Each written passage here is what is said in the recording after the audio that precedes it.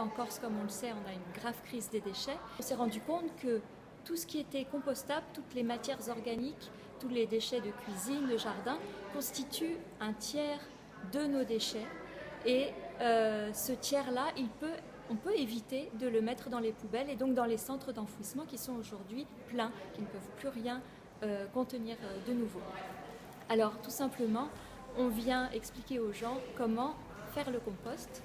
Donc c'est des gestes très simples, il faut avoir un bac à compost, il faut le placer à un endroit à mi-ombre, il faut qu'il y ait de l'air, il faut qu'il y ait de l'eau, il faut le remuer régulièrement et ensuite on rajoute à peu près moitié-moitié de matière humide, c'est-à-dire les feuilles, la pelouse, etc.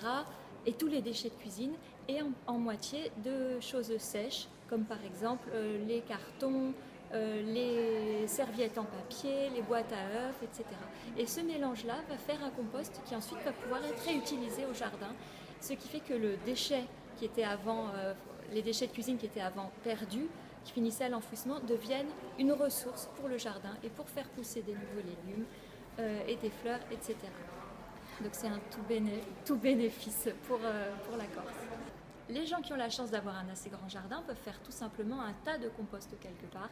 Ils le mettent dans un endroit un petit peu dissimulé dans le jardin, au pied d'un arbuste. Il faut que ce soit un petit peu à l'ombre quand même, surtout dans les grandes heures chaudes de la journée. Et puis aussi beaucoup de gens récupèrent des palettes par exemple. On voit des palettes de bois qui s'entassent, qui ne servent à rien. On prend simplement 3 palettes qu'on met verticalement, qu'on attache entre elles. On les pose sur la terre, il faut absolument que le composteur soit posé sur la terre nue pour que les micro-organismes puissent travailler, les vers de terre puissent y accéder, et le tour est joué. Alors l'idéal c'est d'avoir 2 tas de compost ou 2 composteurs pour qu'une fois que le premier bac est plein, on le transfère dans l'autre, on recommence le compost là où il était dans le premier bac et on utilise le compost terminé du deuxième tas. Après on a aussi un compost en bois qui se monte, qui est fabriqué par les charpentiers de la Corse. On a aussi d'autres modèles, les gens les fabriquent eux-mêmes.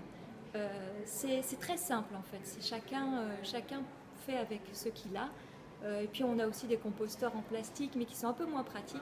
On a eu des retours un peu moins favorables parce que c'est moins pratique à utiliser, c'est souvent pas assez aéré et c'est pas facile de remuer le compost. Les 3 ingrédients du compost, c'est les matières organiques, l'eau et l'air.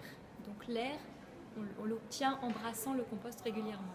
Alors dans les villes, le problème est un peu plus complexe parce que on ne peut pas simplement avoir un bac à compost en bas de chez soi. Ça se fait dans certaines villes, ça se fait en région parisienne un peu, ça se fait à Genève.